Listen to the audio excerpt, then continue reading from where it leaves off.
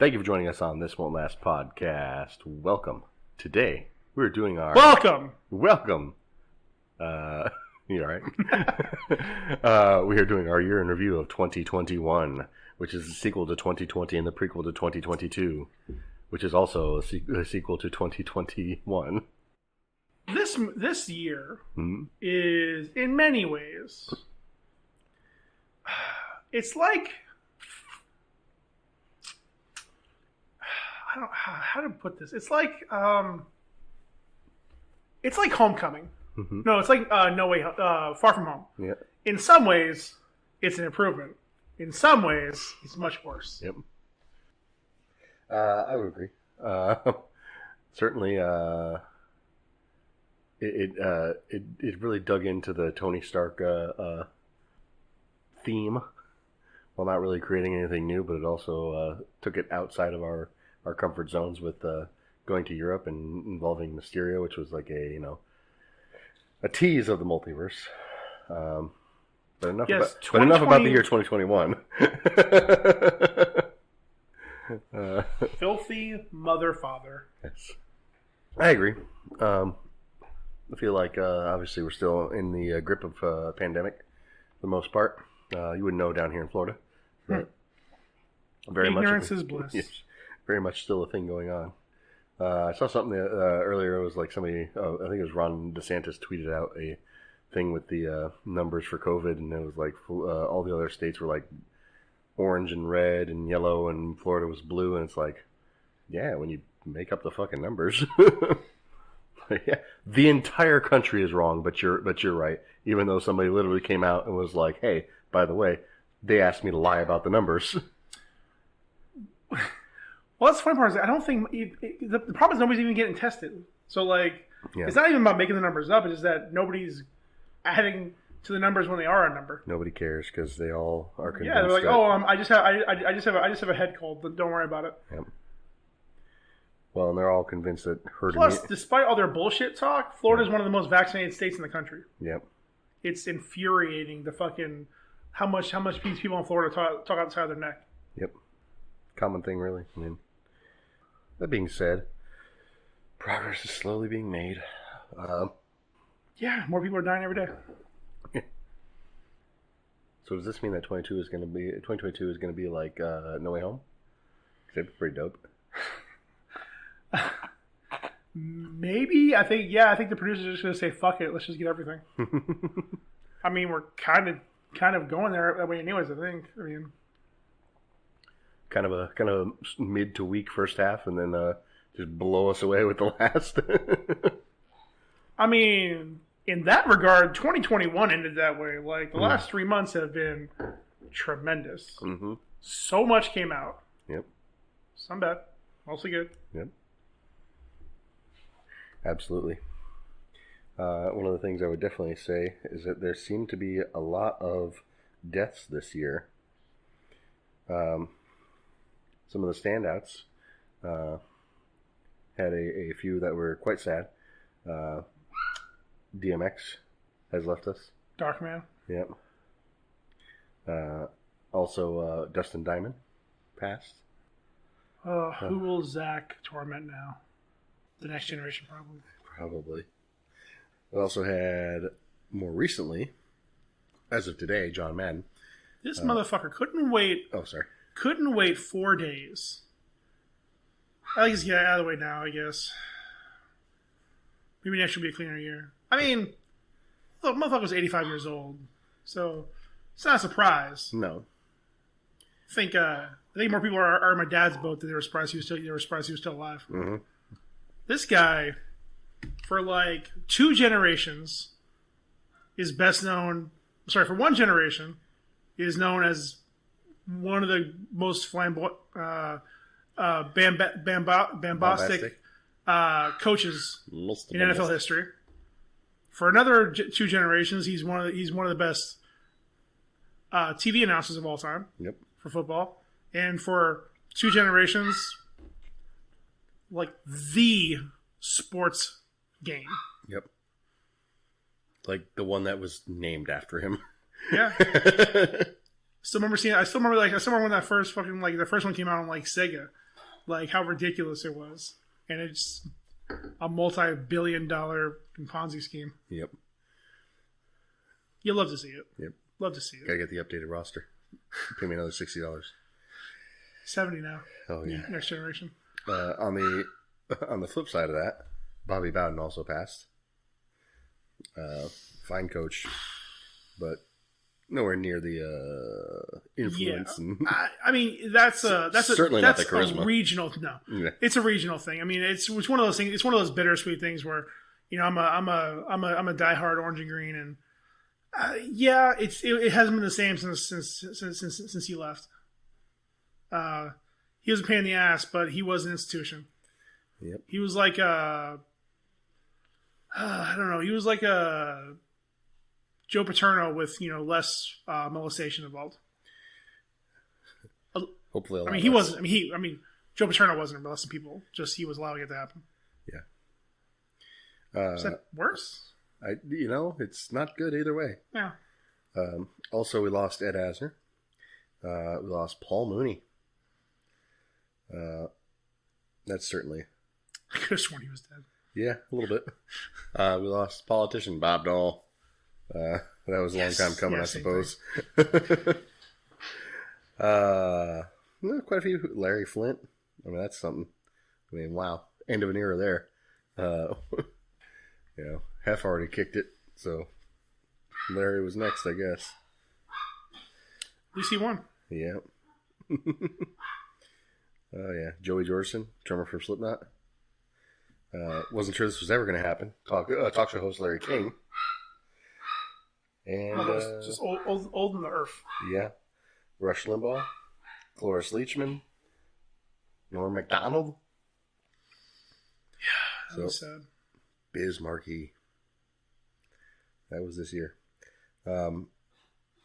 Really, I will say that over previous years, seems to be a little bit more trending towards older people. A few less tragic deaths. Thankfully, yes. Yeah, the only younger deaths were people either with prior health issues or drug or mental related issues. Yep. Yeah, very few just like out of nowhere, like murders or deaths. Yeah. But I mean, the only one you could probably say would be Norm, just because he kept everything so quiet. Yeah. Which I mean, again, not good, but that's it's not like last year where we had fucking Kobe and Bozeman back to back. Yeah, like, that was I mean, not back to back; it was months apart. But because they obviously accident, freak accident for Kobe, and Bozeman kept everything quiet for so long. Yep. Just nobody had time to celebrate while he was around. Yeah. We also lost Desmond Tutu. Yeah, saw that. That's right. So overall, I mean, unfortunate. Miss Archer herself, Jessica Walter. It won't be the same. Nope. Here's a bit more tragic one. Michael K. Williams. Forgot that we lost him this year as well. Anyways. Oh yeah. Yeah, died of an overdose. Man was battling some demons. Well, I suppose no use in dwelling on the past. Just pour one out for our homies. Speaking of pouring one out for our homies, Paul, what are you drinking? I am drinking. Stretch. Jingle juice. Nice. Slushy. A slushy. I still have shit from last year, so Really? It's been settling pretty well. Care to try some? I might. Pardon me. It is quite good. It's got some tartness to it. Very nice. Tastes a bit like a fruit roll-up. Like an orangey one. It's not too bad. Got a little zest to it. It is certainly slushy. It's got some thickness to it. Not quite like a bowl of oatmeal, but perhaps a spoon of peanut butter. Could be. Could be. What is it? Those of you out there listening, please tell us, what is your personal thickness scale? How many C's? Myself, Paul, I'm drinking something that you actually have on deck here. It's called Straight Jacket Barley Wine Ale from Revolution Brewing. Yeah, I'm ready to try that. I got one for you, one for me. I was getting ready to try it. Mm-hmm. You want to hold off until you get your notes? I won't try yours because I'm still working through this. Okay. It's super fruity, so I'm gonna have to rinse it out and start fresh. Definitely palate cleansing would be needed. So yeah, I'm excited about trying that, but not sponsored. But if you got a couple bucks to spend, it's worth checking out. Tavour, the hell it's called, the beer, the craft beer app where you can select beers from limited releases and small and micro brews from around the country. It's pretty sweet. Mm-hmm. Death sucks. Death does suck. And I don't remember there being any not to be morbid, good deaths this year. Yeah. I mean, Rush Limbaugh. I mean, listen, Rush Limbaugh may have kind of led the way for folks like Alex Jones, but he had the common decency to kind of keep it strictly to politics and shy away from conspiracy theorists and theories and stuff like that.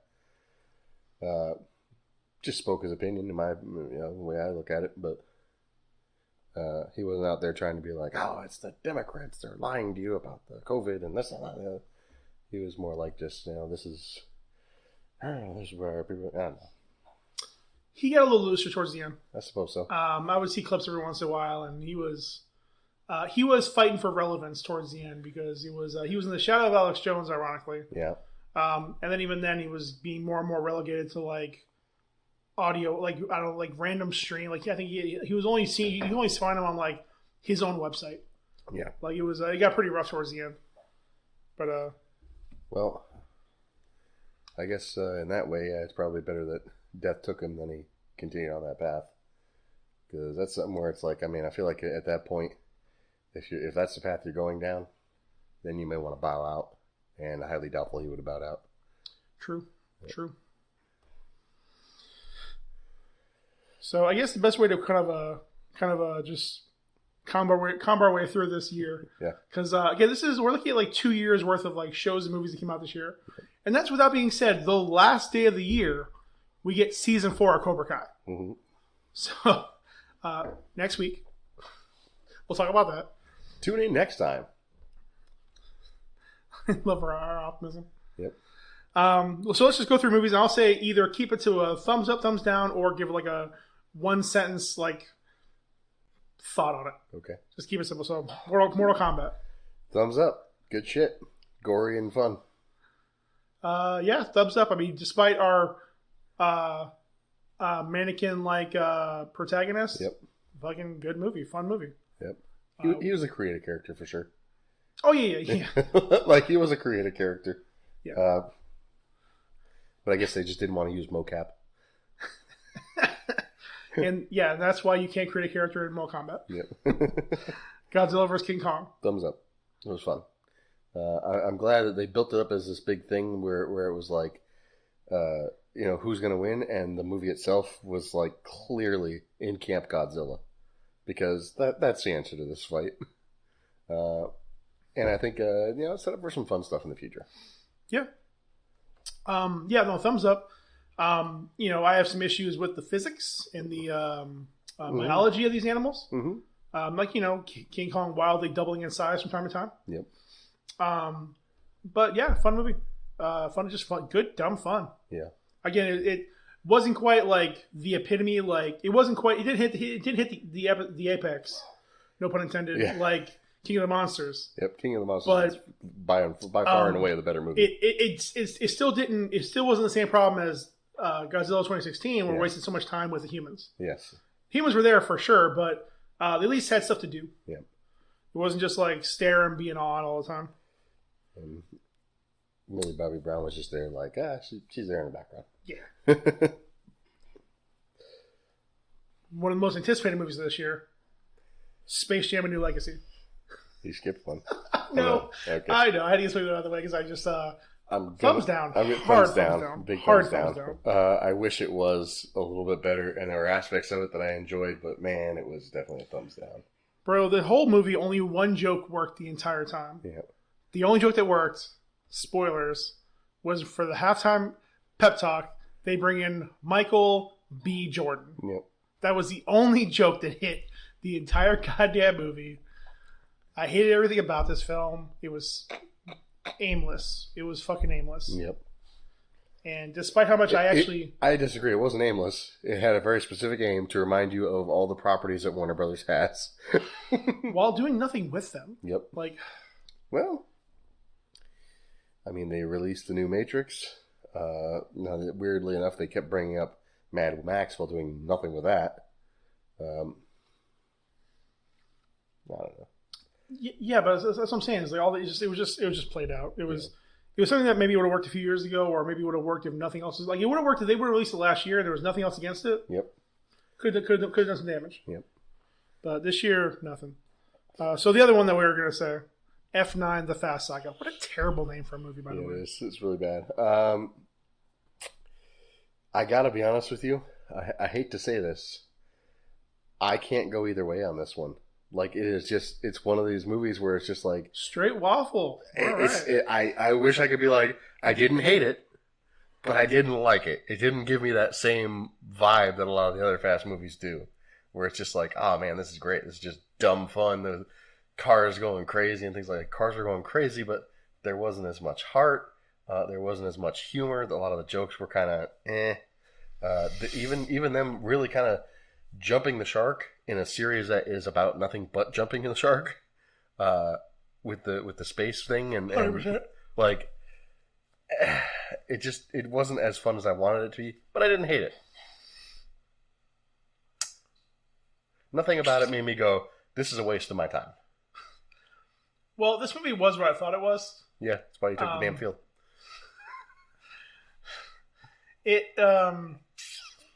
It's a movie that you could clearly tell they scrambled because they could not talk Mark or Dwayne to work together. Yep. And this is all we could do because 100% all they wanted to do was have John Cena fight Dwayne Johnson. Oh yeah. That was their Godzilla vs. King Kong. Mm-hmm. A clear winner, but still a fun fight to watch. Mm-hmm. And honestly, this movie I would have enjoyed so much more if it was just more of Tyrese, Ludacris, and the Rocket Boys. Yep. If you just show me more of that, so much more fun. That was But definitely... Dwayne mumbling his way through scenes. You mean Mark? Mark, yeah, whatever. I mean, girl power, cool, but again, there wasn't much for them to do other than just be there. Yep. Thumbs down, man. I'm sorry, man. I could not get behind this film. Yeah. I can see it. Don't get me wrong. I can see somebody going either way on this film, which I like. For me personally, it met a lot of my expectations, but let a lot of my expectations down, and not any one way or the other. Well, the worst part is like these movies really should be like, while it has at times surprising amounts of depth. Yep. And like tenderness. Yeah. It really is like the last bastion of just dumb action movies. Mm-hmm. Like, while still being usually well put together. Yes. Like, here was, like, yes, it's a series of Jumping the Shark, but this one legitimately is just that episode of Jumping the Shark. Yep. Like, it's huge anticipation, and they fall flat on their face. Yeah. It's just...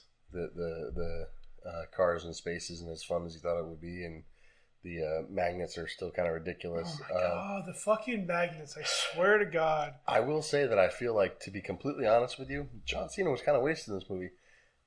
He was, primarily especially because of Suicide Squad. Especially, you know what? We'll talk to that one next. But like, yeah, especially considering Suicide Squad, like making John Cena just a buff mannequin is fucking wasteful. Like they basically want him to play like a more toned down version of his wrestling persona. Mm-hmm. Just without the flair, like without the fucking jorts and hand movements, like just stand there and look menacing. Yep. With your dumb looking head and face. Yeah, that's unfortunate. I still say it wasn't bad enough for me to be like, oh, it's terrible. It hit all the beats. It just didn't do it as well.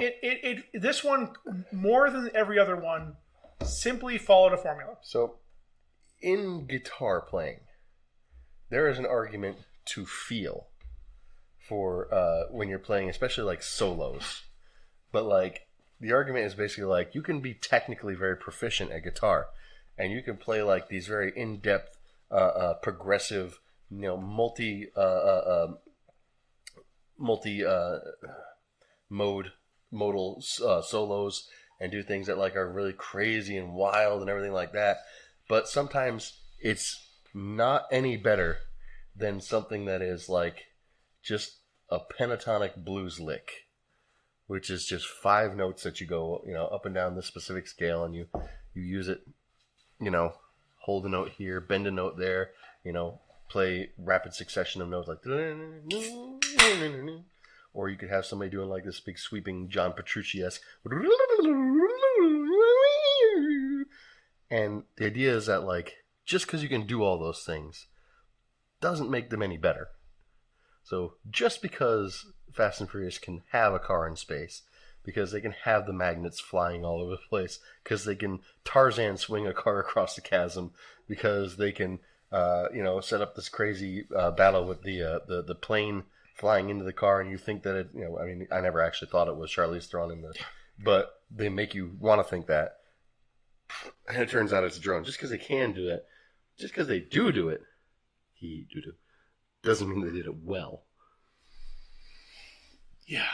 And even that, beyond that, even saying, okay, here's a wild John Petrucci guitar solo, people other than John Petrucci playing that might not sound good. Yeah. They might get every note right, but he just has a way of like certain sense of timing, certain bending, like exactly where to hit that note and everything like that, where it's just so much better when he does it versus somebody else pulling a cover of it. So I think that's kind of the problem that this movie had. And I think the big thing may well be because The Rock wasn't there. Oh, 100%. Like, honestly, but I'll say even too, like for a smaller extent, if they would have had Jason Statham there for a little bit. Yeah. Because he's done very good of being that serious, funny part. Like, it's weird, like the gear he's found in his career. Because really, like, this should be like a modern day Expendables. Like, that's really what this universe should be. But like, they didn't bring it back. They didn't bring back Mr. Nobody. They didn't bring back Nobody Jr. Yep. No Statham. No Rock. Didn't introduce anybody new. Did they have the what's their names? The Dominicans. I think they showed up momentarily. So I think they showed up momentarily for something. Yep. But it was one of those. Like, it was a straight cameo. Like, I think it was like one scene, just do something, and that was it. And they were one of the best parts of those post Tokyo Drift sequels. It was like, well, and I think that's the problem. Is like I think they relied on all the humor being on the Rocket Boys, and they just weren't there enough. I wish they were. Yep. Like I never would have thought at 37 years old, I'd be like, hey man, I need more Bow Wow. Yeah. Or Lucas Black. Boy, that's a 6-head at this point.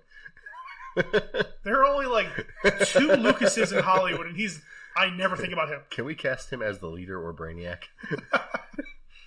I should be one to talk. Yeah, That's so him.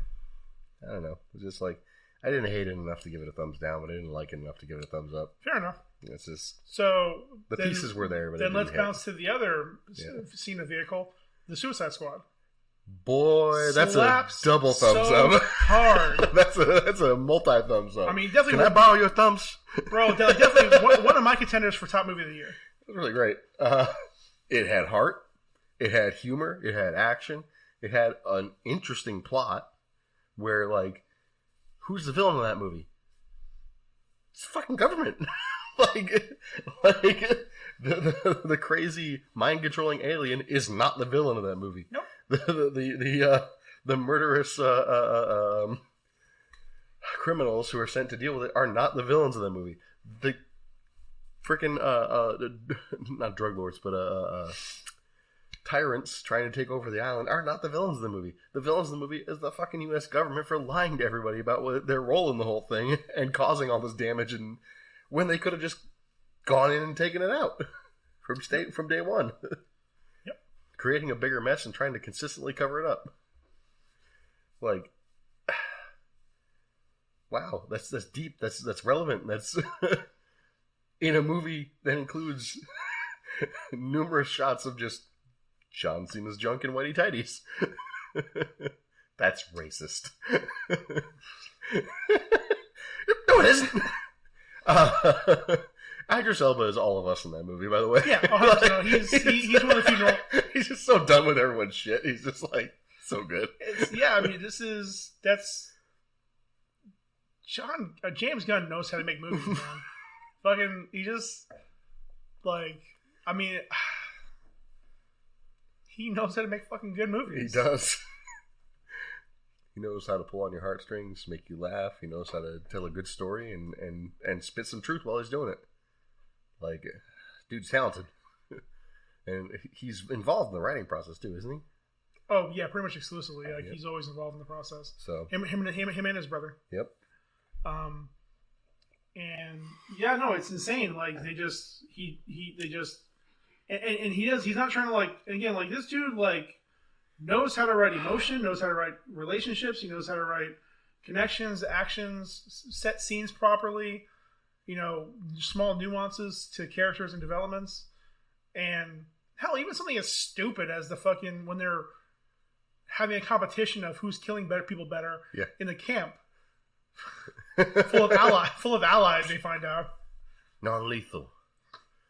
What did it say? Exploding bullets. I don't remember what his exact phrase is, but yeah. The guy that blows up, he says, nobody likes to show off.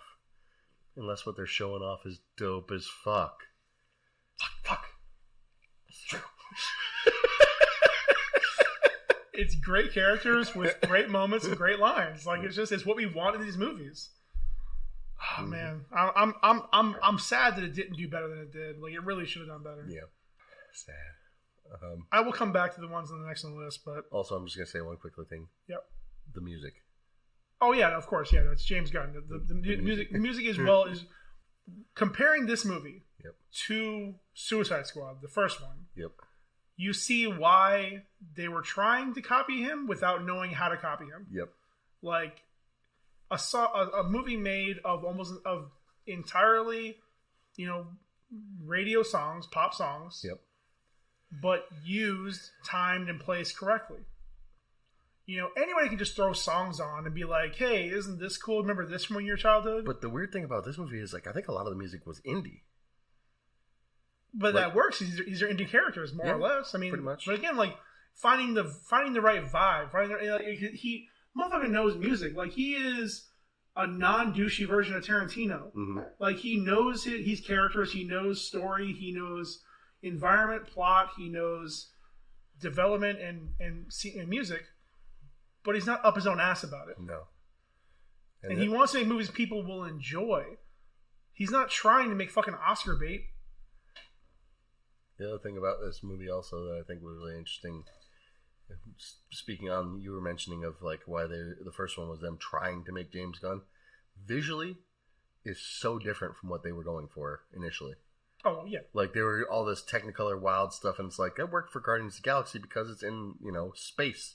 It's out in the galaxy, the universe.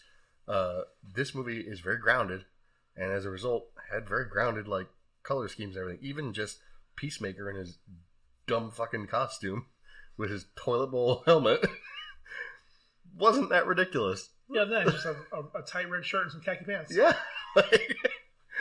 Yeah, the team with the ridiculous costume was killed off in the first 5 or 10 minutes. You know, you got your boy, Bloodsport, I guess, you know, just because he has, like, guns hidden everywhere on his body. But not sexually. Well, I mean, he's sexual. He's sexual, yes, but the guns aren't. Well, those are pretty sexy too. But and of course, probably my favorite character from the movie, King Shark. Just a big shark dude in fucking board shorts. Where the fuck did they get board shorts that big? Hawaii. Thick boys over Dude there. was like 6 feet wide. like Ratcatcher couldn't reach around him at the end there when she was giving him a hug. And you know, and the best part is, like, that movie, like, if this was made by anybody else trying to do this style of film, Harley Quinn would not have fit in there. No. But he's doing his own character, doing his own style, while making Harley Quinn fit, and it wasn't out of place. No, worked 100% well. Good fucking movie. Thumbs up, 100%. 100%. Not so much 100%. The Snider Cut. I'm just gonna say, fuck. Okay, I will. I'm gonna pussy out and give 2 scores. Okay. Objectively, thumbs down. Yeah. Compared to the original, thumbs up. Huge improvement. Huge improvement. Huge improvement. It was a coherent narrative. It was fun at points. It had a decent ending. Like, if Flash were explored a little bit better, that ending would have been really impactful. Yeah. Like, and even Cyborg, if like as much as they tried to do with him, like, I mean, I think they did a great job of fleshing him out better, and I can actually see why Ray Fisher is upset. Like, yeah, no, they completely fucked the guy over. Like, there's a whole other performance in this movie that he didn't get to show. Yeah. But yeah, I'm on the same page as you, honestly. Just like, if I were to see this movie by itself without context and everything, I'd be like, it's not really all that good of a Justice League movie, and it's way too long. It's a struggle, man. 4 hours. Yeah. Fucking 4 Even if hours. there's an idealized version of this movie where you cut out a lot of the filler where, you know, there's excessive slow-mo. So many wide shots in slow-mo. Oh, my God. Establishing shots. Oh, my God, the slow-mo. Okay, we get where we're at. We understand. What was it? I think we looked at it. I think that what was it? It was something like 30. It was like... It was a lot. Somewhere between 17 and 38 minutes if you cut of out just the slow-mo. Yep. Of, like, legitimately just slow-mo in this film. Because almost every scene, every place they visit has at least some slow-mo. Every single time. Hell, even just like one of those scenes that was like a deleted scene that was posted around for a while that people were actually kind of enjoying, with the Flash meeting Iris, eventually, West Allen. That was just a shit ton of slow-mo. Like, and that was like, okay, people enjoy it because, like, I think honestly, they enjoyed it because it was presented as a 5-minute, 10-minute, whatever piece by itself. Throw that into the middle of the movie, it drags the whole thing down. Yeah. Like, and again, it still suffers the same problem that, like, you are trying to create a universe in one movie.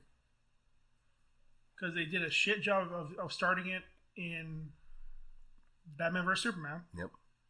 Dawn of Justice. And they're having to force all this in that movie. Even though, again, very few people don't know who the fuck Flash is. Yep. Even through jokes, they know who Aquaman is. Yep. You could just introduce these characters. We'll figure it out. Most of us are smart enough. Or don't care because it's Jason Momoa with no shirt on. Sure. I mean, listen, I ain't gay, but pecs are pecs. Mm-hmm. All right.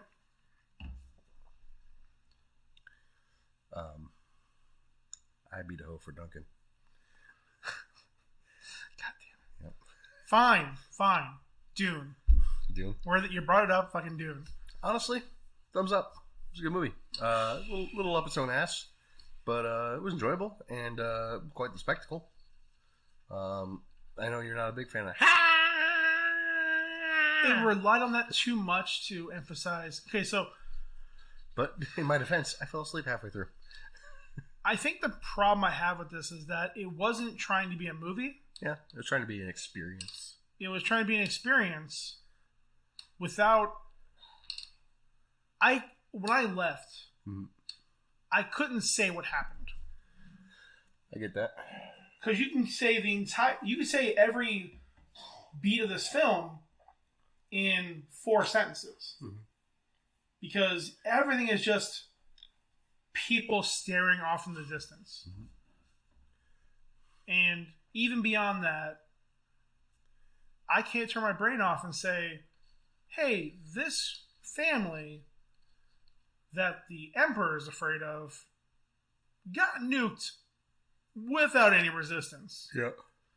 Like, I get their shields got turned off, but you had no... It's your first night. Yep.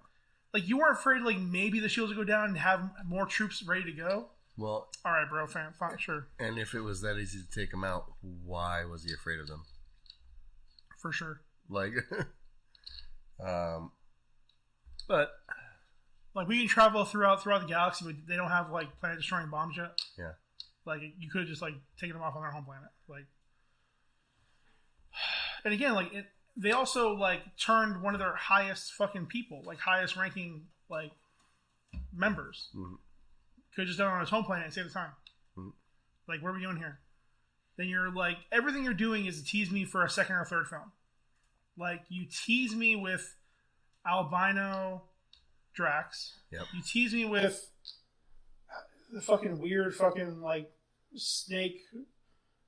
Golem fucking monster that is like the father thing, the uncle or whatever, the guy in charge of the evil people. Yeah, like you're just. What do you? I don't know what. I don't know what you're doing to us. Yeah. You are firmly up your own ass at this point. So wait a minute.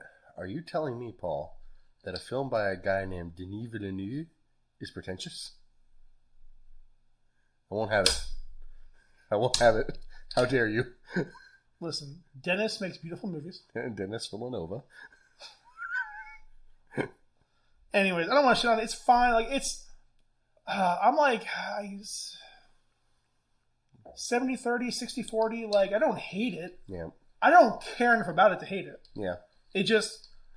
Here's the thing. I should have known going into it. But again, like I said this in the original episode, we talked about this. Yeah. I didn't know going into it was going to be a two-parter. And it wasn't made to be standalone. That's the problem. It being a two-parter doesn't bother me. A little bit of where they ended it and how they made it a two-parter is kind of like... That's what I'm saying. Like, nothing happened. It ends in the middle of nothing, yeah. It's a prequel. This is a fucking prologue. Like, you could, like, end it 5 minutes later with him, like, actually meeting the rest of the desert people. Yes. And being like, it's our new messiah. And be like, okay, that's something to end it on. But it was just like, hey, I beat this guy in a fight. Okay, cool. Let's go meet the other desert people. All right, are they going to like me? Maybe. Like, yeah, I killed this guy. I also beat him 5 minutes before that, but, you know, whatever. Like, I get why people liked it, but, again, it's the same reason why, like, I get why people buy NFTs. Yeah. Like, it's not for me. Yeah. Most of them, at least. Speaking of empty value, Red Notice. Red Notice, didn't see it. Wish I wanted. It's fine. Wish I wanted to, but. I mean, again, it's still there. Yeah. It's It sounds on paper pretty good. I'll give it a thumbs up just because it was free. Yep. If I had to pay for it, thumbs down. Yep. I enjoyed I enjoyed Ryan Reynolds using his mouth. Who doesn't? I actually enjoyed the idea of Gal Gadot being the villain. Yep. Give her an actual personality? No, actually no. But the rest is just there. Cool. It's it feels very Michael Bay. It's fine. A begrudgingly thumbs up. I'll say that. Only because it was free. Fair enough. We'll burn through a couple of yours. Malignant. Thumbs up. Like, as much as I would like to sit there and say, like, okay, this wasn't really all that great of a horror movie, the twist at the end and the fact that, like, once you realize the twist, you realize what kind of movie it is. It's supposed to be like a giallo. Like these Italian horror movies where, like, there's a killer out in the world and they're trying to figure out who it is and he keeps claiming victims, and the point is the twist. The point is it's supposed to be bonkers at the end to figure out what's going on. And it's like, okay, it absolutely nails every single one of those things. And like what seems like when you start watching it with the idea of like this is just a regular horror film is disjointed. Nope, it nails every bit of that theme. That like untrustworthy, you don't exactly know what's going on at any minute until the reveal is given to you. And that's the whole point. You're supposed to be like, who is the killer? What's going on here? I don't know. I don't understand. And then just wham, they hit you with this crazy twist. Spoiler alert. The killer lives in the back of her fucking head. That's wild. Like, Magnets, am I right? Right? How the fuck do they work? Old. I enjoyed it for what it was. Again, relies almost entirely on the twist. Where like once you realize it's like, okay, this makes sense. Like it makes no sense if you're just going to this beach to leave people there to like die, to grow old and fucking die. But when you realize that they're being observed and the observations are being used to create medicines and things like that for to help people in the real world, okay, there's something to be had there. Now, it still begs to leave the question of like, okay, why didn't they like try to get terminal patients who agree to this rather than just getting random ass people? Like, because it's like, I'm sure there's plenty of people who've gotten the diagnostic that like, okay, you're going to fucking die. But if you let us send you to this beach, we can watch you progress in quick time and see if we can try out these different medicines. It's like, enough people would be like, okay, yeah, I'll do this to get still some results. Because once you start doing it against people who will, that's when you got to bring the cops in. It just sounds like slavery with extra steps. Pretty much. Speaking of making no sense, Resident Evil Welcome to Raccoon City. You just do a quick thumbs down and move on. All right, perfect. That was the response I was looking for. The heart was there. The capability was not. It was like me trying to cosplay. Yep. Let There Be Carnage. It's fine. I give it an unenthusiastic thumbs up. I gotta go thumbs down, man. Yeah. It didn't use any of the things it had to use. I wanted more. Don't get me wrong, but understanding what it was and understanding that this franchise is probably not going to exist in the iteration that it currently does for very long, it's fine. Right, but there's no reason they did the things they did. Yeah, like you could very easily have Shriek and Carnage, and not have it be like boiled down to, I just wanted a friend. Yeah. Hey, didn't you just kill like 1,000 people for no reason? I just wanted to be a friend. All right, cool, man. Cool, Cletus. And then even like knowing the character from the comic is like the whole thing about Carnage and Cletus bonding is that unlike any other symbiote host relationship, they bonded on like a more in-depth level. They both wanted the same thing, and like they became, it was much more significant that they became one. Yeah, it was not we, it was I, because together they were just Carnage. I am Carnage. Yeah, I am Carnage. Whereas Venom, all the other fucking symbiote spawns were all we, because there were two separate entities that had to coexist. Whereas this one was just like, nope, we love killing. I just love killing. Yeah, he's like a Hot Topic Joker. Yep. Isn't Joker a Hot Topic Joker?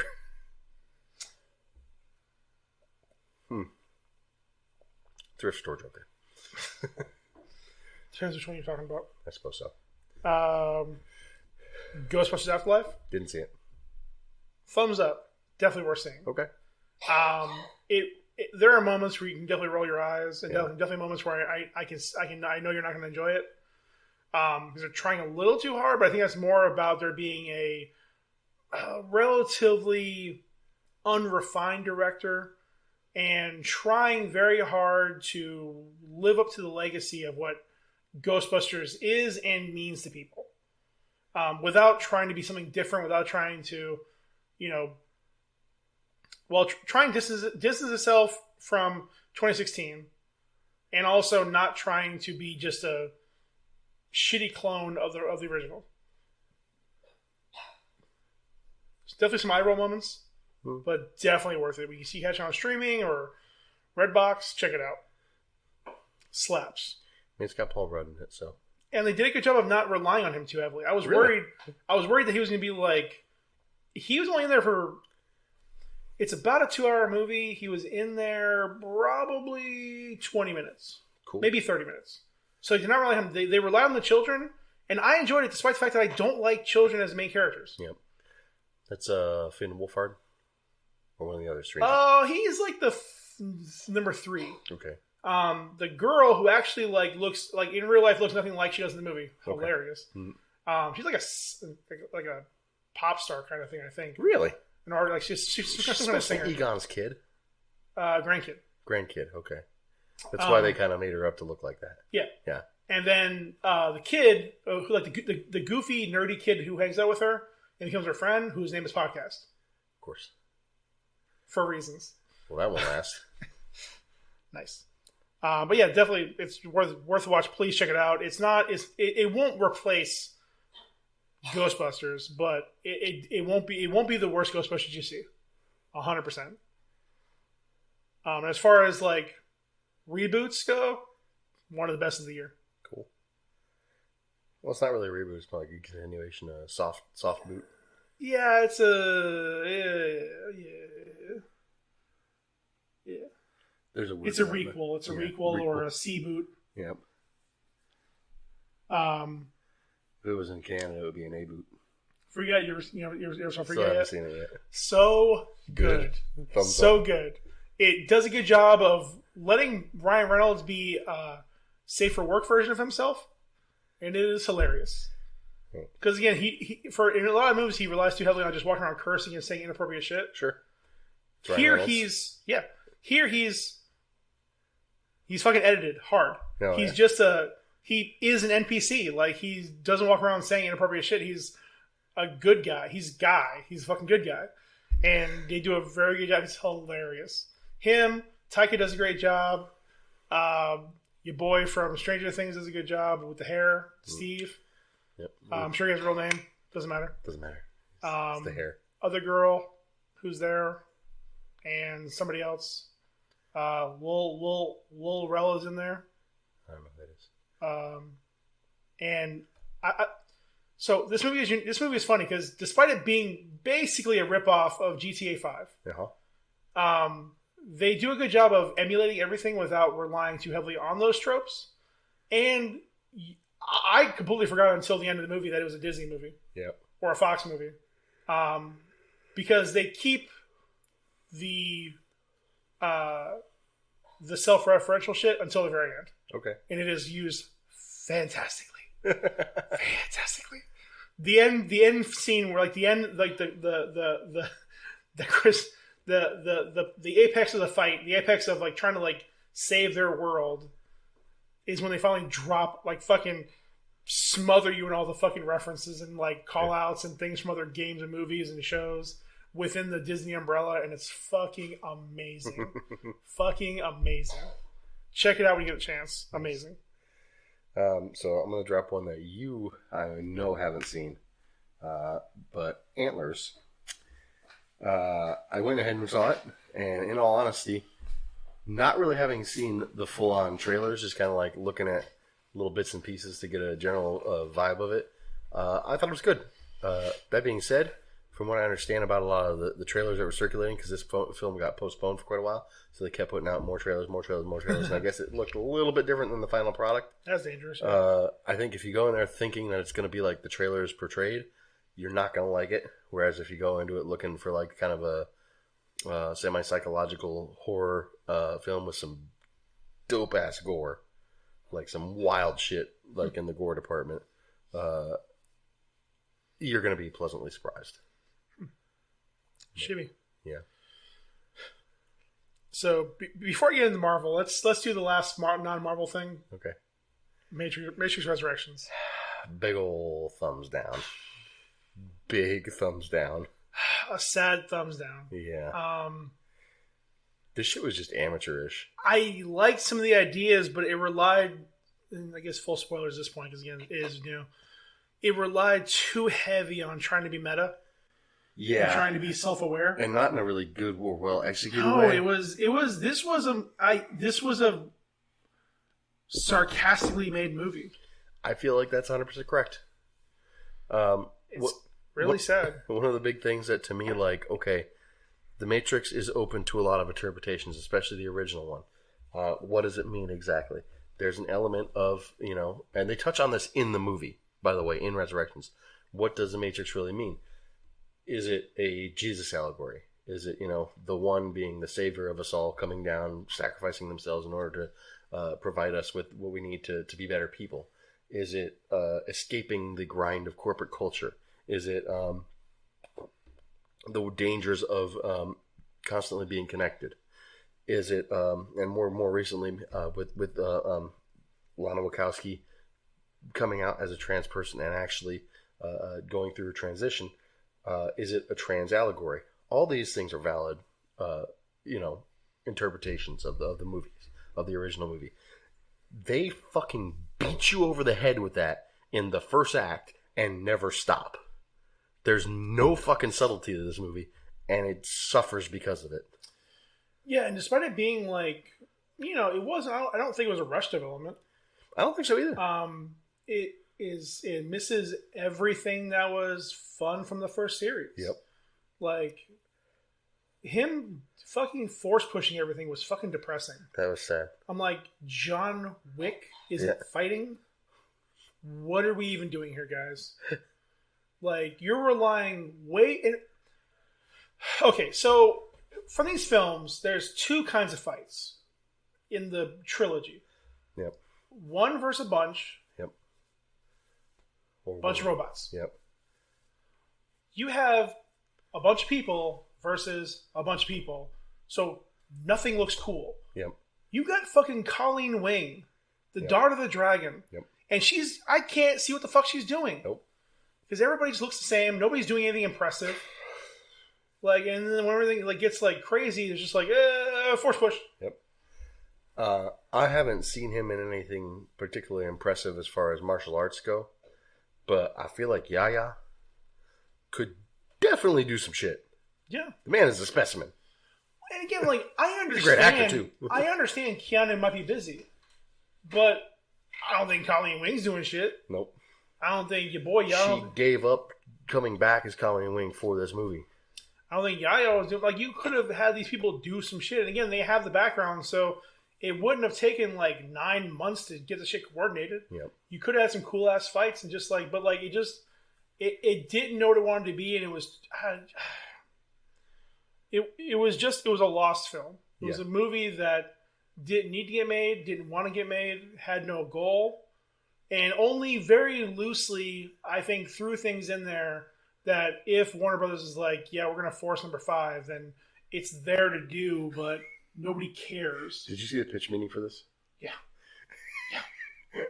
I love it. So, what did he say? He's like, Thomas Anderson is getting told that they're going to make a 4th movie, whether he likes it or not, and the studio heads are going to step in and make him make it, even whether he's there or not. Do you want to take this outside? We have a problem here. It does. It feels like such a call out to the studio, and it does nothing with it. It doesn't. It does nothing with it. It just absolutely kowtows to everything that they fucking do. And then the worst part, towards the end, that fight where they're where Trinity or Tiffany and Neo are trying to get away, and they're doing a worse version of that scene from Fate of the Furious. Yeah. Of people just jumping out of windows. Yes. What are we doing here? What is the point of this? Everything is dark. Everything's grayscale. I can't see anything. There's no cool fights. And it's okay. Neo's fucking flaccid the entire time. What are we doing here, guys? And then they just pay off the fucking... they don't even pay it off, but they just have the joke of he can't fly anymore. It's okay, but why? And really, the only payoff to that is, because Trinity can now. It's okay, why? Because Trinity can now. Yeah, but why? So we're going on to the next one. It's not explained. It's not even set up other than the fact that they just show that he can't fly. And at the end of the movie, they both have the same powers. Yeah. I get it if it finds out that, so if their explanation was going to be that Trinity was actually the source of his power, and she was using him as he was using her as a conduit to access these abilities, when really they should have been a dual cyclonic force. Well, that's the thing though. if they wanted to do something along those lines, where like, okay, then show him kicking ass and show her like failing to keep up a little bit, and then it's like, okay, he realizes what he has to do is he has to share his power with her. He has to give her some of his ability in order to be a more effective team. Like, because that's what the fucking Matrix people realize, is utilize the two of them to create the new Matrix so that their energies, their enzymes makes it, that made a better Matrix, because it was like these two core batteries constantly generating power. Like, it's just sad. But yeah. Oh no, they definitely. A sad thumbs down. Very sad thumbs down. So let's get into it. Let's get into Marvel. Okay. We'll just kind of try to machine gun through this. Black Widow. For me, a thumbs up. I'll give it a thumbs up. I mean, it's fine. It's by the numbers. I feel it wastes a lot of opportunities. It does, and it forces some things. It forces a few circles into squares. Yeah, but it's fine. I mean, it's not bad. It's a blockbuster. It's a generic blockbuster movie. Where does the triangle go? That's right. It goes in the square hole. There's several problems that I have with it, and we've kind of gone into it at length. But one of the big things I have with it is, like, I think the ending. If it were more of her failing to save Rico's daughter, who is Taskmaster, that would explain a lot more why she sacrifices herself. Is like, because she's aware that there are some things from her past that she's never going to be able to make up for, and that if she can save the universe and help out her sister, I guess she has her dad and her mom that are remaining family members as well. But if she can make the world a little bit better for them, I understand her giving up making that sacrifice, because it's like, okay. Otherwise, I don't get it. Yes, because this movie, it makes no sense why she's sitting in the Avengers compound by herself working when she has a sister she loves out there doing the work she wants to do. Yep. It makes no sense. Nope. It ruins her part in Endgame. Hell, even like, yeah. And even like, okay, say she just, I don't know. Because they did eventually say in Hawkeye that Yelena was blipped. But I don't know. It's just one of these things where it's like, okay, it could have been better. I guess that's the biggest criticism I have for it is it could have been better. Yeah, I enjoyed it. I enjoyed a lot of what it did. I enjoyed the family moments. I thought it was great. I thought it was a far more personal story than's ever really been told in the Marvel Cinematic Universe. In that the stakes were very much in Natasha's life. Yeah. Like many of the other ones, it's just like, oh, well, it's here, and, okay, Tony, this thing is biting you in the ass, and, oh, your buddy from, 70 years ago, Steve, is coming out of Frozen, and he's an assassin. Even Thor, like, nothing really ever was personal to him. Maybe you could argue Black Panther, but even that, he never knew Eric Killmonger. This was within her personal life. Yeah. And on top of that, I also think that this movie would have been better if it were before Endgame. Oh yeah, 100%. Yeah. It's an unfortunate victim. I don't know why it took so long to make this movie. Yeah. It makes zero sense, and it's even more tragic when it came about. It ends up bringing about a lawsuit against Disney, when it really it didn't need to be. They could have had this shit figured out. Shang-Chi. Thumbs up. Thumbs up. Thumbs up. And I'll say one of my top 3 favorite fights in the MCU, and probably 2 of my top 10 fights in the MCU. I don't know where they land at this point. Maybe I'll figure it out at some point. Maybe I'll figure it out by the end of Phase 4. But dope. The Eternals also happened. I'll be the nice guy. I'll say thumbs up just because it was inoffensive. Yeah. It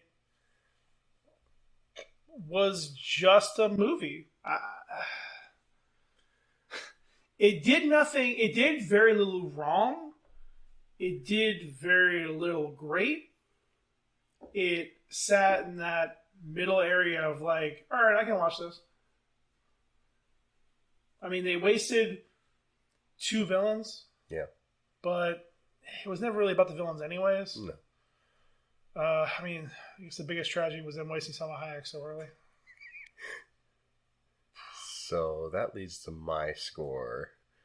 You thumbs down because they wasted Salma Hayek. Yeah, I can't argue. I can't argue hard for it. I just that's probably about the only thing that makes me want to give it a thumbs down.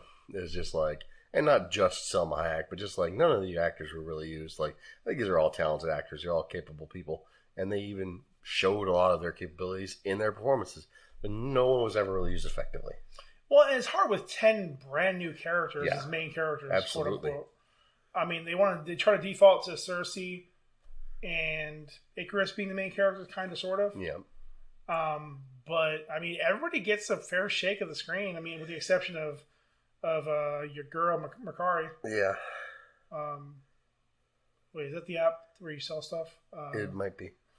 Anyways, yeah, Mercury is probably the only one that like didn't get much just because she didn't show up again until the end of the film. Yeah. But and again, you know, you could say it's baiting or it's pandering because it maybe was more of a focus on inclusion. Yeah.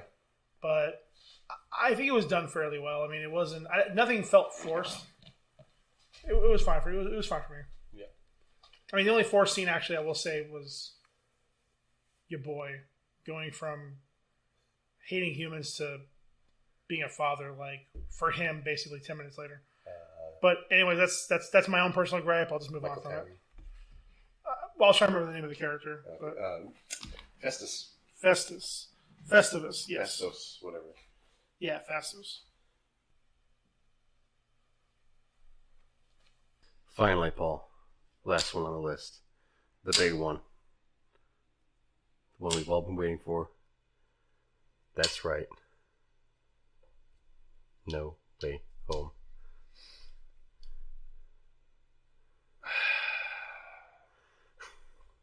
Yeah, thumbs up.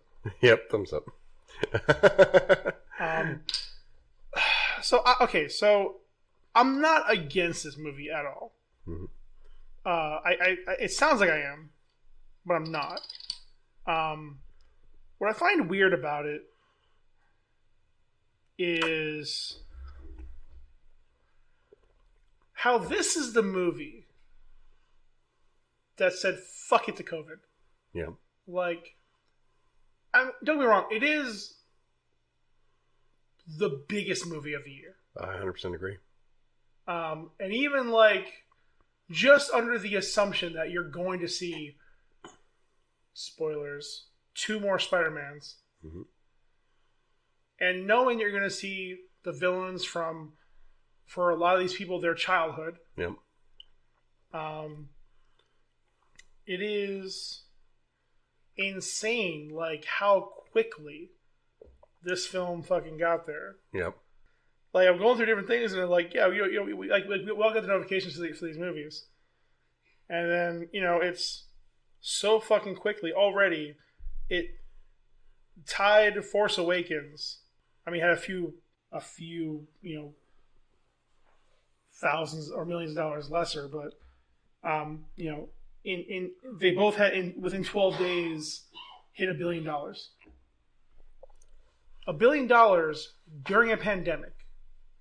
That 4 months ago we were like, wow, 100 million, good job. Yeah. Good job. This motherfucker in the first day has the best opening weekend. Yep. In the first weekend has the best box office of the year, of the pandemic. I'm sorry, the pandemic period. Yep. Hard stop.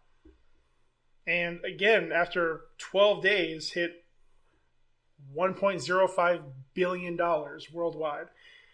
It's not even mentioning the really big impressive part. 3rd biggest opening weekend of all time. Yeah. It's insane. Of all Fucking time. insane. Yeah, that's fucking wild. I cannot argue with the performance of this movie. I can tell you that from my personal perspective, how much I like this movie. I already kind of talked about it in the beginning of this episode.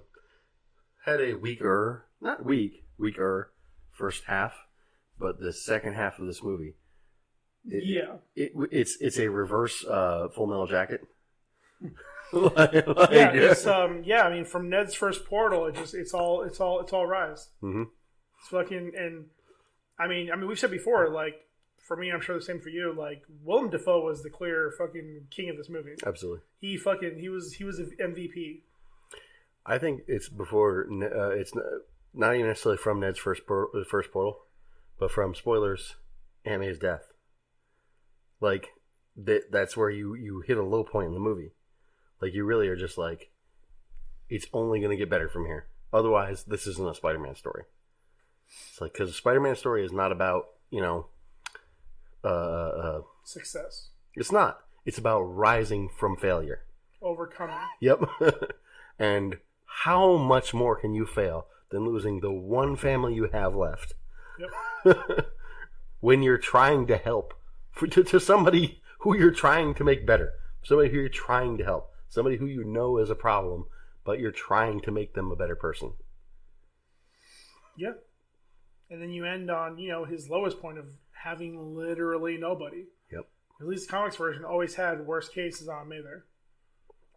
Nope. It's that's why I really well done. I mean, I'm glad we finally have a fucking, like, a proper, like, an actual Spider-Man in the MCU. Proper Spider-Man, yeah, it's great. An actual somebody who is facing off against terrible odds. Well, even that, again, like, all the rumors now going around, they're like, and I don't know how much this is confirmation, again, of, like, them, like, Sony's trying to fast track a Tobey Maguire movie, they're trying to fast track Garfield movie, they're trying to fast track Spider-Gwen, like, they're trying to fast track a bunch of shit. And I get it, man. Fucking do it. Did their Spider-Verse gamble pay off? Like, did their fucking gamble of being like, listen, this is our only ace in the hole, we're going to hold on to it as long as we can. Did this pay off? Like, I think it did. And again, this is a great example of why having the right people in charge and the right people in place works. Because this is the fucking success story for the ages. Yep.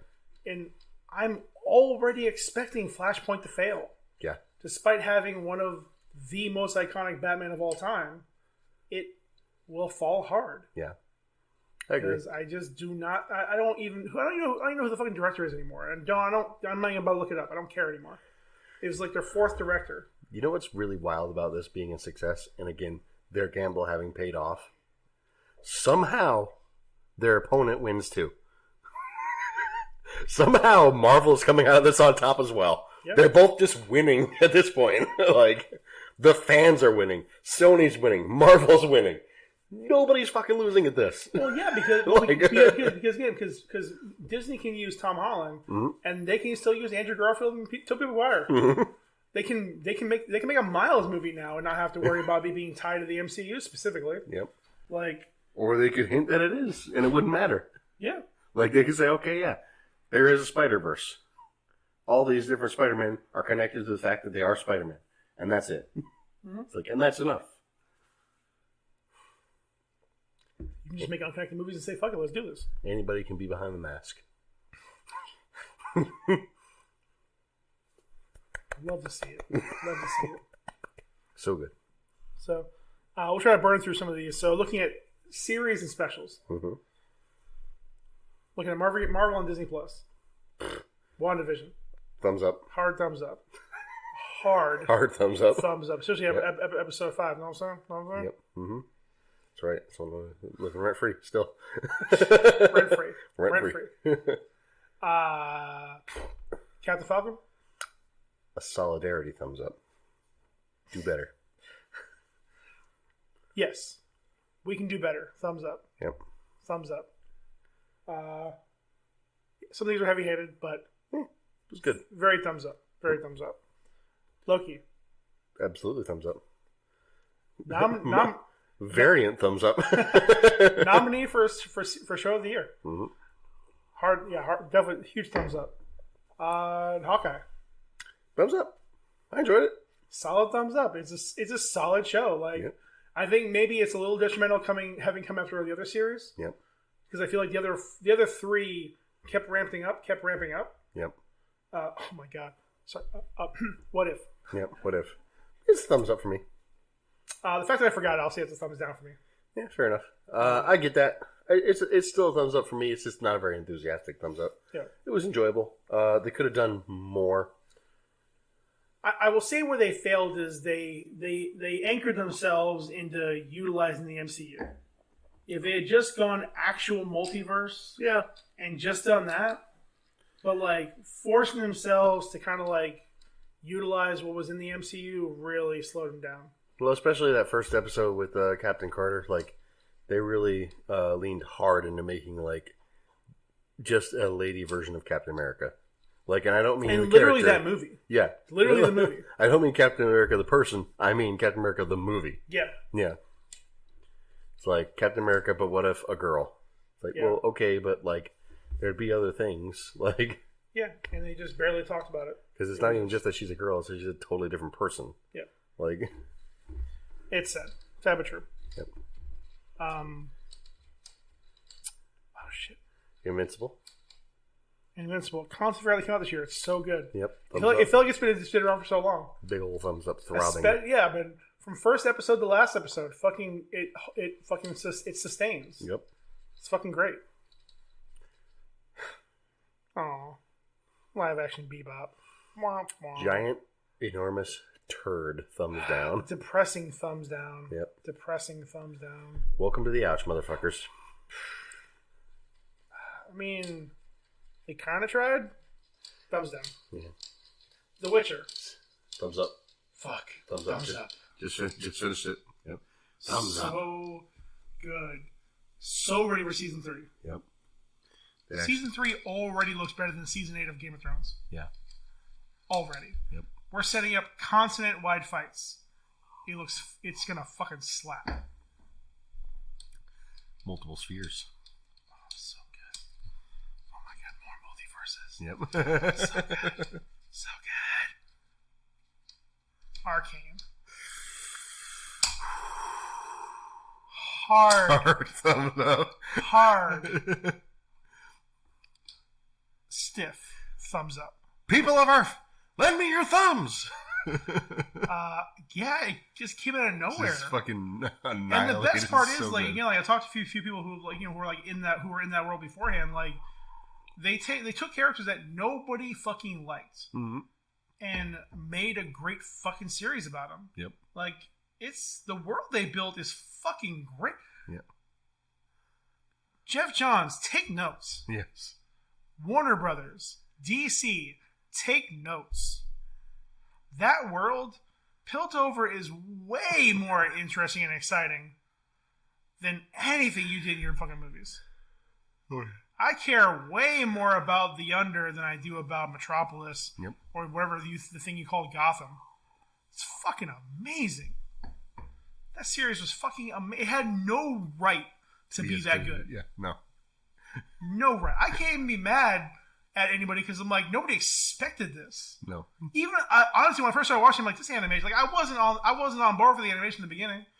No, and then And it goes By forward. episode It's like, 2, it fucking got me. I was like, Yep. this is okay. I'm down. I'm fucking down. this fucking slaps. And as soon as we hit that time jump, yes, please, yes, please. Yeah, and And it something. does a good job of representation without rubbing your face in it. Mhm. Or forcing it down your throat. Like, it's done very well. Quite possibly my favorite fight scene of the year. Echo versus versus Jinx. Yeah, pretty solid. Just Pretty solid. It's a little short, but yeah, pretty solid. The fucking the clock and the it's basically just a music video, Yeah. but it's done so well and it's done so artfully and done so interesting. And yeah, by the time it does actually get to the action parts, it's very quick and very brief. But it's done so well that like it just Well, it's one of those where it's like it's a theater of the mind, yeah. where it's they're playing it out in, like, from their memories, but now they have to, like, go at it for real. Especially, like, I looked it up afterwards to realize, like, what apparently his power is or what his specialty is like, I think it's that watch actually allows him to, like, Doctor Strange, like, let me see, 14 million different, yeah. And then whatever he figures out is the best pattern he can use.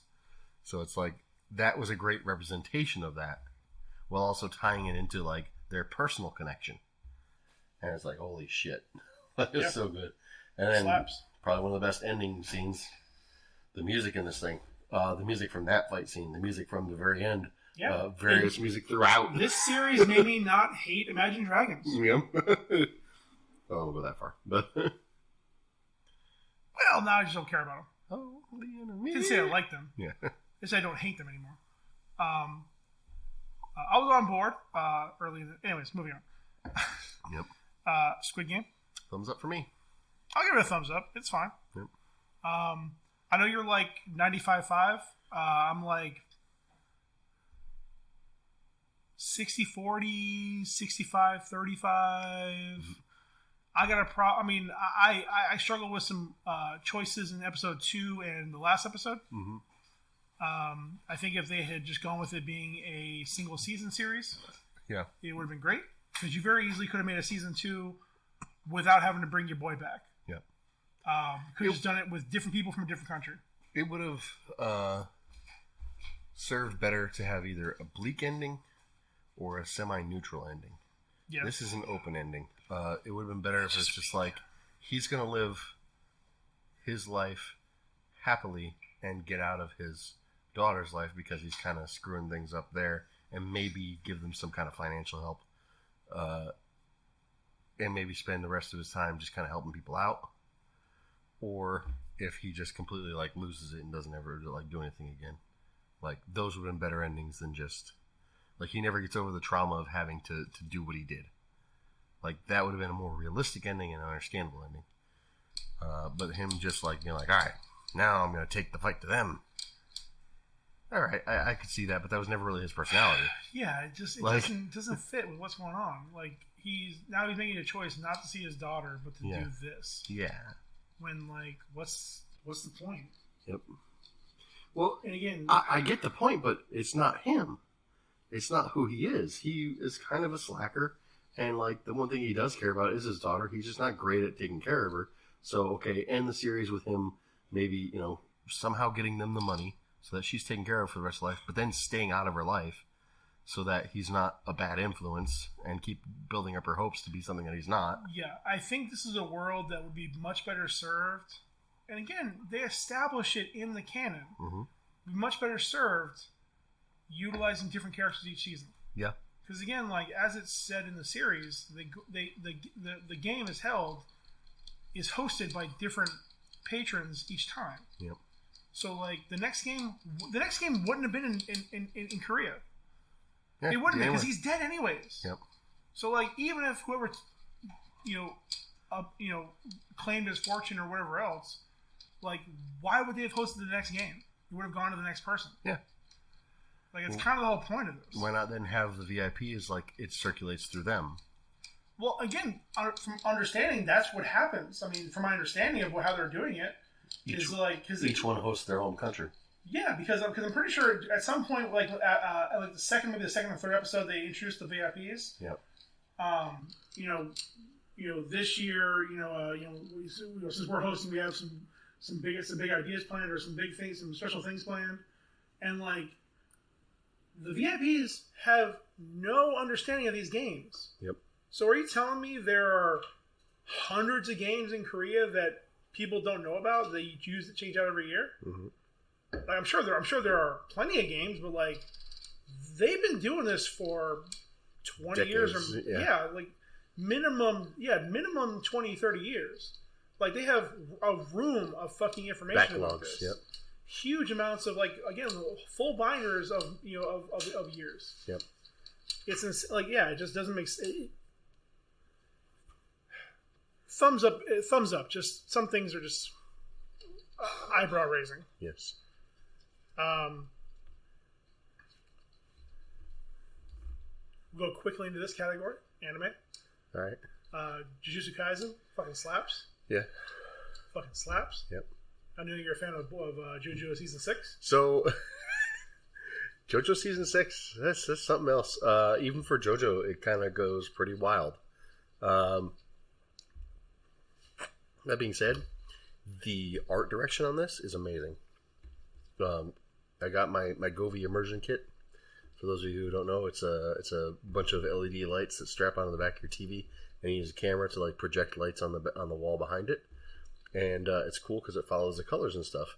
This series with that backlight is amazing because there's just so much color and pop going on through every single frame, and just like things are wild, and it's weird that like somehow Billie Eilish is like apparently one of the characters in the show, the main character of the show. It's just generic blonde and green hair highlighted girl. Billie Eilish is nowhere near that muscular.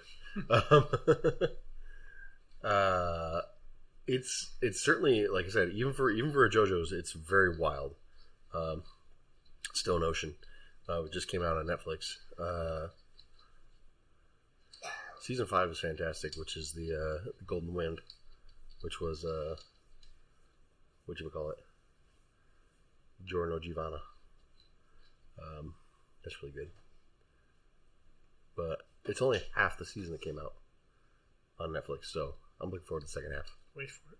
Yep. But, it's interesting. It's really good. Yeah, soft year for anime, but next year's shaping up pretty good. Yep. Oh, man. October. Bleach returns. I think The Great Pretender come out. Ready. Last year. Okay. Weird year for music.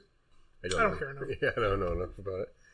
Donda and... yeah, let's do a few songs, and they are mediocre. 27 tracks. Oh my god, too many goddamn songs. So, Todd in the Shadows put out a thing where he talked about, like, normally he prefers Drake to Kanye. Mm-hmm. But, like, this year, because of the difference between, like, Drake just, like, throwing out just, like, this long-ass fucking album and Kanye just releasing his thing, he's like, he actually preferred Kanye this year because, like, his lead single was it Too Sexy or whatever? He's like, that was garbage.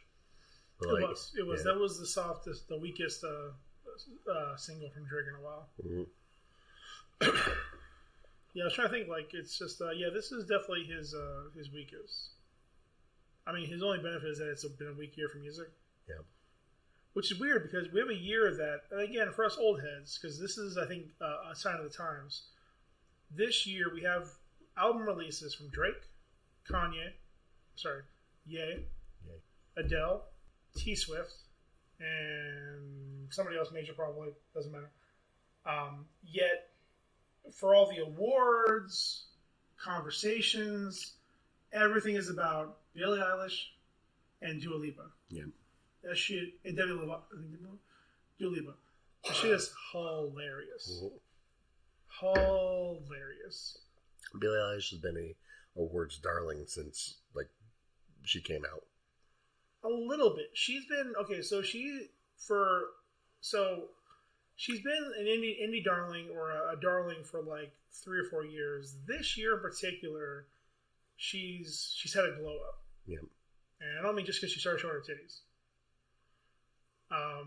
She has, like, she's taken center stage because she had like a concert special. She started Sally in the special presentation of Nightmare Before Christmas. Mm-hmm.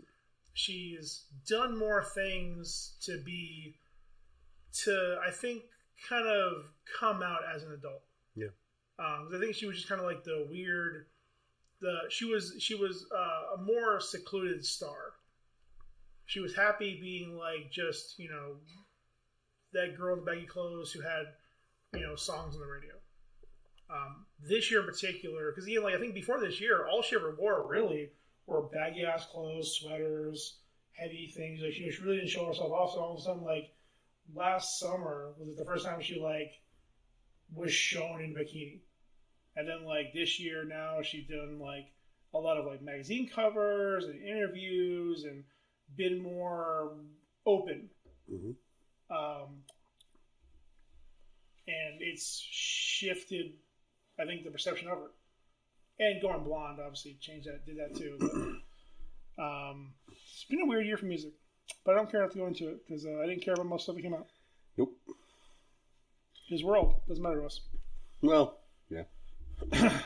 Let's see. Miscellaneous bullshit. January 6th. That was dumb. Omicron. Still dumb. That was dumb. GameStop. That was dumb. Elon taking Doge to the moon.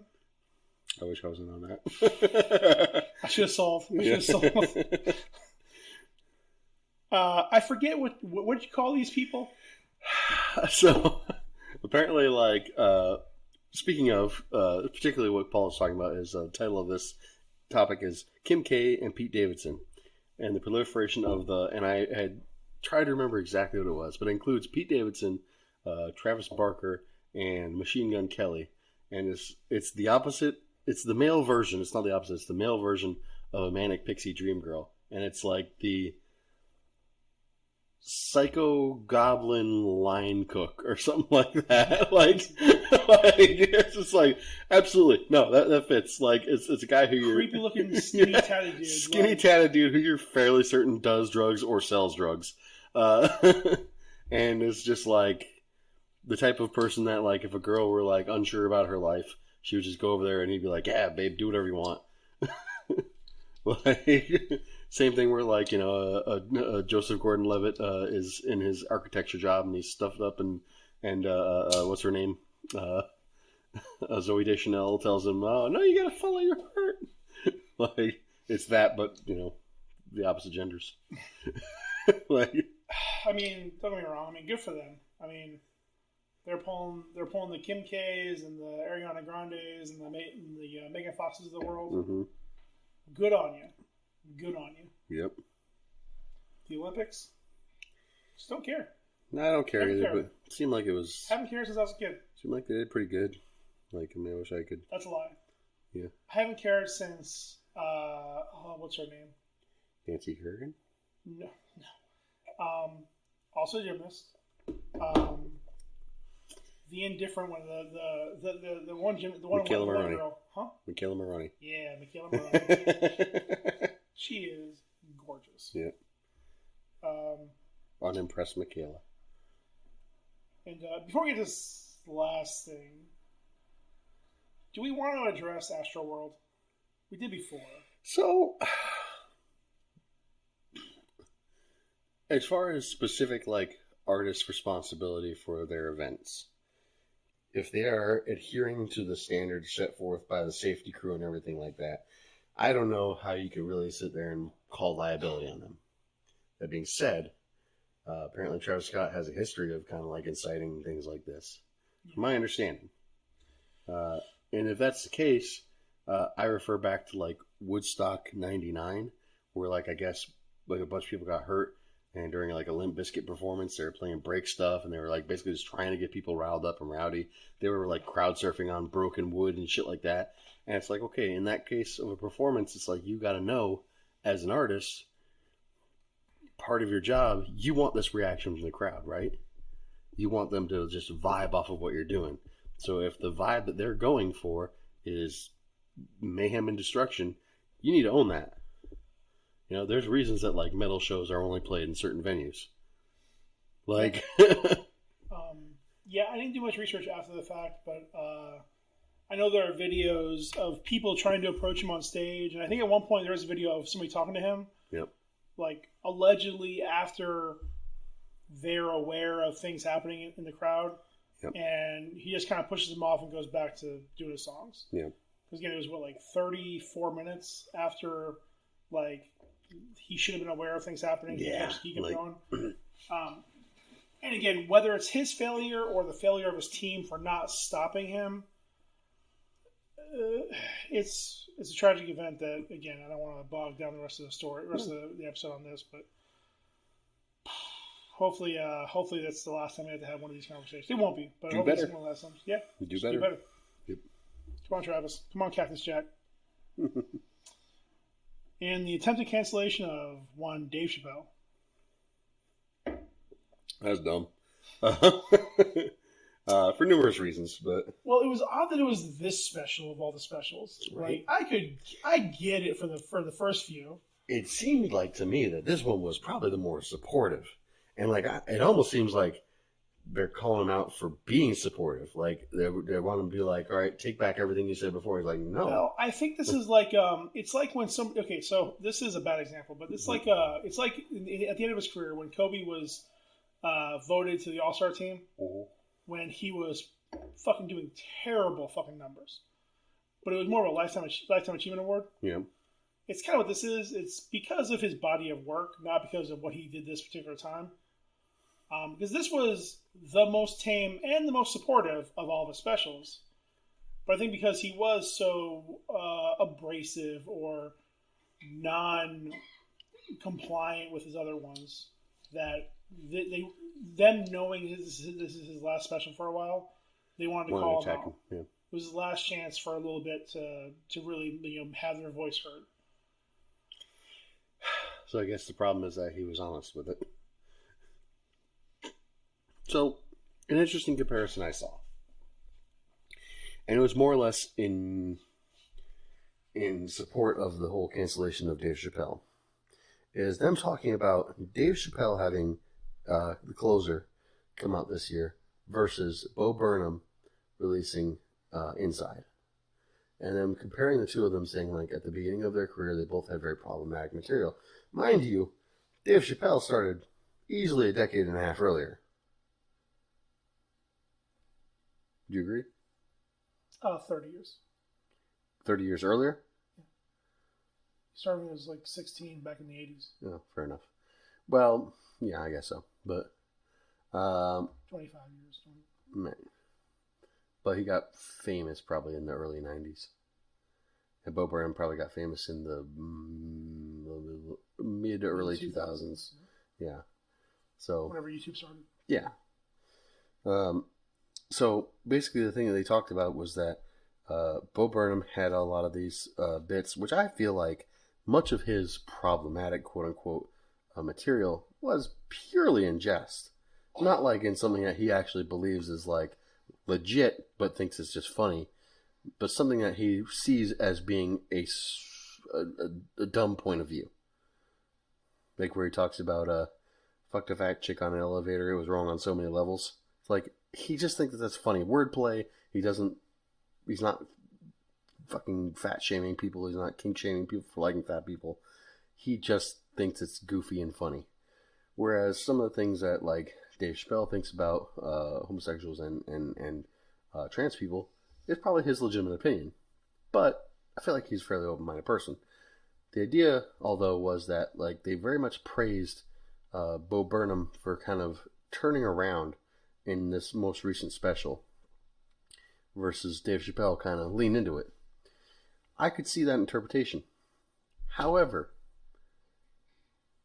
Bo Burnham still had a song called White Woman's Instagram, which made fun of straight white women for having goofy, funny, frilly shit, while also touching on the fact that some of these women who are posting this goofy, cliche, funny, frilly shit are also using their Instagrams and their social medias to deal with personal problems. When they talk about, oh my God, Mom, it's been this many years, I miss you so much. It's like, okay, he acknowledges that there's some amount of catharsis to just being out there on the internet as your best version of you.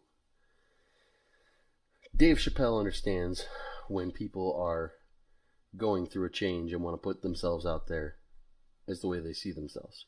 What's the difference between these two people? What's the difference? The way they express themselves?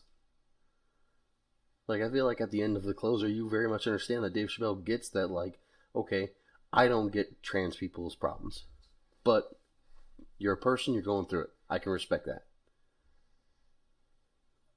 Like, where is the fucking... What do people want? People just want to be heard. I suppose so. That's it. So... people make these comparisons and lists because... So why do they want to shut other people up? America. I suppose so. So, speaking of shutting people up, opinion time. Yep. To minimize it, if you have a better idea for a system, I'll say it. You can say it, but I'll just say it. We'll go by each category and give me your top and give me your bottom. Right. Movies. Top. I'm going to vote Suicide Squad. Bottom, definitely Matrix. Bold move. Why? David Ayer, Suicide Squad. The Suicide Squad. Oh, My apologies. Gotcha. Yeah, I forgot you're a pedant. I think I'm going with also the Suicide Squad. Yep. As a top one. Free Guy and No Way Home are pretty close there for me because they're super fun. Yep. There are a lot of fun movies this year, but for my worst, and this probably hits more because of my adolescence. Worst is Space Jam 2. Yeah, that movie is fucking terrible. It wastes good actors. It wastes good IPs. It's just not good. No, it's bad. It was a fucking chore to finish. Yes, it was. Series and specials, top and bottom. Top is Arcane, like an emphatic Arcane. Bottom for me is clearly Cowboy Bebop.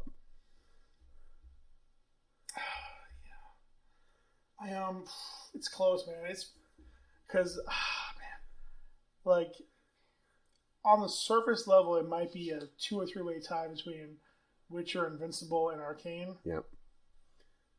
Just to not copy you entirely, I will say Invincible. Yep. The voice acting is fucking solid choice. Incredible. Solid choice. It's a great fucking show. And for worst, Bebop. It's kind of hard to argue with that train wreck. It's kind of hard to argue with that. And for perspective, we do not watch a lot of the shows that are out there. Yep. We don't watch any of the reality shows. Nope. We don't watch any of the weird shit, the smaller shit, just of things that are meant to grab people in our pop culture bubble. Yep. This is by far the worst thing there. Well, even if I were somebody who like had seen and still takes my personal opinion towards those shows, I would still probably say this is probably one of the worst because of the fact that, like, for what it does very well, it does so many other things extraordinarily poorly. It does very well the costumes, does very well like the set designs, does very well the even just kind of like the general vibe of like the way things move and the way that things are presented. It does very well. The cinematography, more or less. However, the action is bad. The story is awful, atrocious. The characters are just completely underdeveloped and bad in general. And the plot is just dumb. It is, as the kids say, not good. Not good. Not good. So music. Better off not talked about, I suppose. Yeah, we're not very people ask about that. I didn't really see a whole lot this year for music. Well, and I'll be honest too, me, more so than you, I pretty much just listen to like podcasts and videos, so I don't listen to very much music at all. I listen to my YouTube quick lists and stuff. I will say for me, high point of music this year, Shang-Chi soundtrack. That's pretty dope. Arcane soundtrack. It's pretty solid. Arcane soundtrack was solid. It was dope. But bro, that song from fucking your boy, Tiny Table, your boy, Pac, Deepak, no, Deepak Chopra? Yes. No. Pac something. Oh, yeah. Silk Sonic? No. Yeah, maybe. Yeah. I mean, I'm not familiar with that specific term, Silk Sonic. Maybe, yes. It's Bruno Mars and Anderson .Paak. Anderson .Paak. Yep. Well, I meant specifically the Anderson .Paak song from Shang-Chi. The end song. The credit song. But yes, this bitch got me paying her a song. I fucking love that song, that video, that vibe, those costumes, those glasses, the mustache. I love it. It's a whole ass vibe. As far as Arcane, I'll do two things. What Could Have Been by Sting of all people, which is the last scene from that series where Jinx fires off the rocket, and Dynasties and Dystopias, which is the scene from the Jinx and Echo fight. Just like, it's so good. Like, it's just purely delightful hip hop. Yeah, no, like, nothing feels out of place in that series. It's all done very well. Yeah, I don't have any critique of it. It's just done very well. I mean, very little of it am I like looking at the clock, waiting for it to finish up. So, top and bottom of the miscellaneous.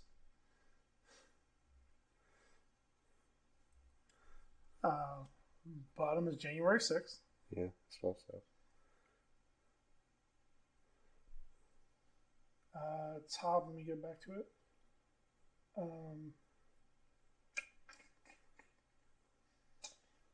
Doge the Moon, because for a week I was rich. I'm gonna go with January 6th for my bottom as well. I'm gonna say for my top, the attempted cancellation of David Chappelle, because I just love how much it just blew up in their faces.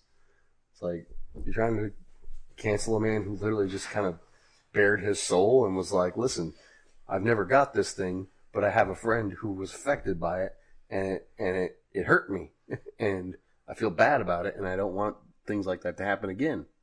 So I his line about stop punching down on my people, because it's taken in the context of people saying that, like, oh, well, you making fun of gay people is punching down on us. It's like, I get that. You know, it's a minority group who don't have a whole lot of representation, don't have a whole lot of people standing up for them, and anytime you can take a crack at them, yeah, it's punching down. That being said, I don't think Dave Chappelle does that a whole lot anymore. I think he just speaks his mind. He sees something that he doesn't understand. He's like, all right, well, this is kind of weird, and then moves on with his life. And then when somebody else is like, I need your help, he's like, all right, what do you need? I said it for a while now. I think Dave Chappelle, more than being a funny man, is a very wise man. Yeah. Well, and even especially he addresses it where it's like, if I go to this bar and this happens, we get into an altercation, you can call the cops. Yep. I can't. Yep. Because suddenly they don't want to be themselves anymore. They want to, I wouldn't say that, like, I don't know. For either person, obviously, me being a straight white man, I can't really comment on it a whole lot, but... Anyways, regardless, it was just, if nothing else, only because right afterwards, like, Netflix didn't give a fuck. Nope. They were still throwing the party, still supporting him, still showing him out. Like...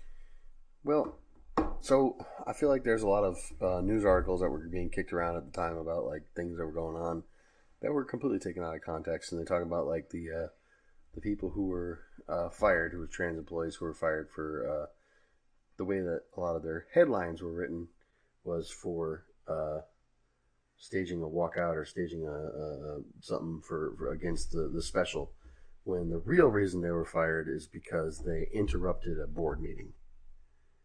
It's like, okay, yeah, I understand you want to say your piece, but you still need to do it in the right time. Like, and if what you're doing violates company policy, yeah, they got every right to fire you, regardless of whether you're trans or anything else. Like, if I were a trans person and I were telling somebody, at Publix, customer, hey, you go to hell, I don't want to fucking deal with you, and they decided to fire me, and guess what? They're in their right.